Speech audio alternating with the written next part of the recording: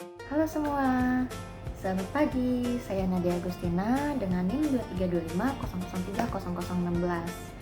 Saya mahasiswa program studi pariwisata di Alaspia Institute of Communication and Business, dan hari ini saya akan mempresentasikan hasil rencana pengembangan bisnis saya yang berkelanjutan dengan tema In the Sea Underwater Dining. Oke. Yang pertama itu ada rencana usaha. Rencana usaha In the Sea sendiri itu dirancang sebagai sebuah destinasi pariwisata eksklusif berbentuk restoran bawah laut premium yang berlokasi strategis di perairan jernih Karimun Jawa, Jawa Tengah. Konsep utama yang saya usung tidak hanya sekedar menyajikan pengalaman kuliner yang premium dan internasional, tetapi juga saya mengintegrasikannya dengan wisata bahari yang edukatif. Untuk target pasar sendiri, saya menyasar secara spesifik, cukup spesifik. Yang pertama itu mencakup wisatawan domestik dan internasional kelas atas, lalu ada luxury tourism, segmen pasangan dan keluarga, hingga penyelenggara corporate gathering, serta private event eksklusif yang mencari keunikan visual dari ekosistem bawah laut. Untuk temuannya sendiri, saya mendapatkan 3 temuan utama.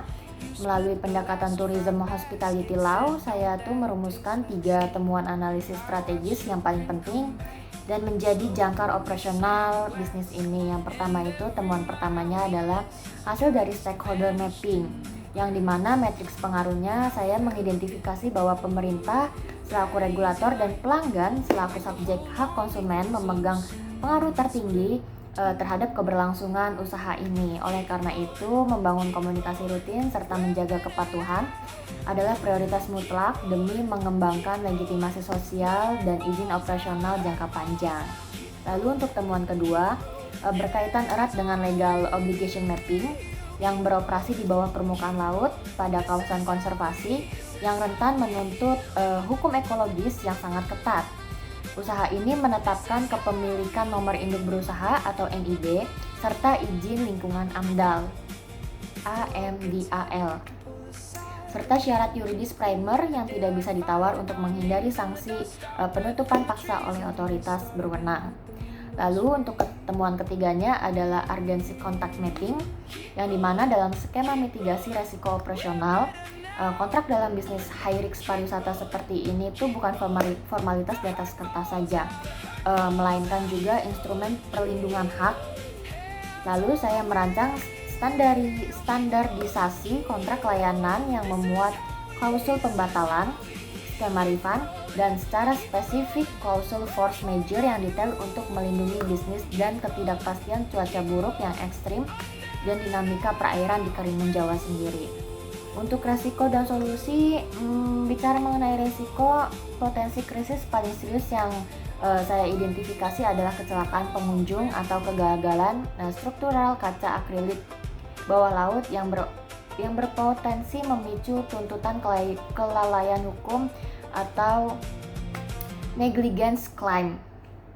Menghadapi resiko ini, langkah penanganan yang saya siapkan terbagi ke dalam 4 fase yang dari awal hingga akhir, hingga selesai. Pertama itu mengaktifkan SOP tanggap darurat bawah laut guna mengevakuasi tamu dalam hitungan menit secara aman. Lalu kedua itu mengaktifkan proteksi kontraktual berupa kompensasi dan pengembalian dana penuh bagi pelanggan yang terdampak. Lalu ketiga, berkoordinasi secara jujur kepada pihak berwenang dan merilis pernyataan media secara transparan melalui tim PR untuk melokalisasi krisis reputasi. Dan yang keempat, melakukan audit kelayakan struktural menyeluruh bersama vendor pemeliharaan sebelum beroperasi kembali. Seluruh logbook juga maintenance dan rekaman CCTV wajib disimpan sebagai bukti hukum otentik bahwa saya telah memenuhi kewajiban kehati-hatian.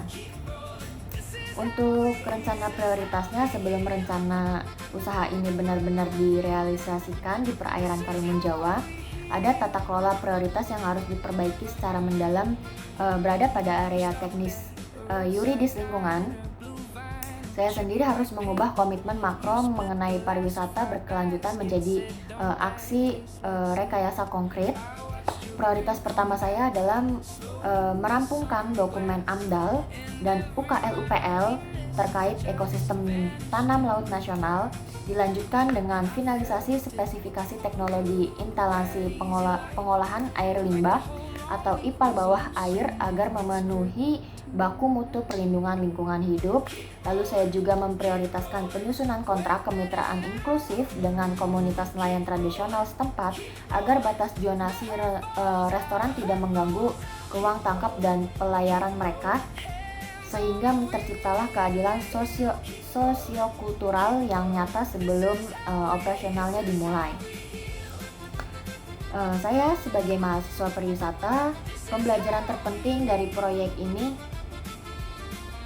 adalah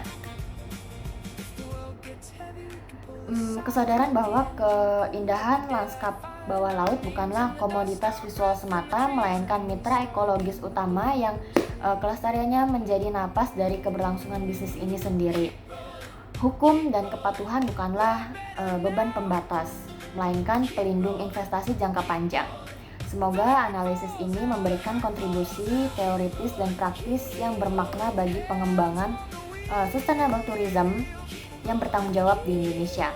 Terima kasih atas perhatiannya, Ibu dosen dan rekan-rekan sekalian. Selamat pagi.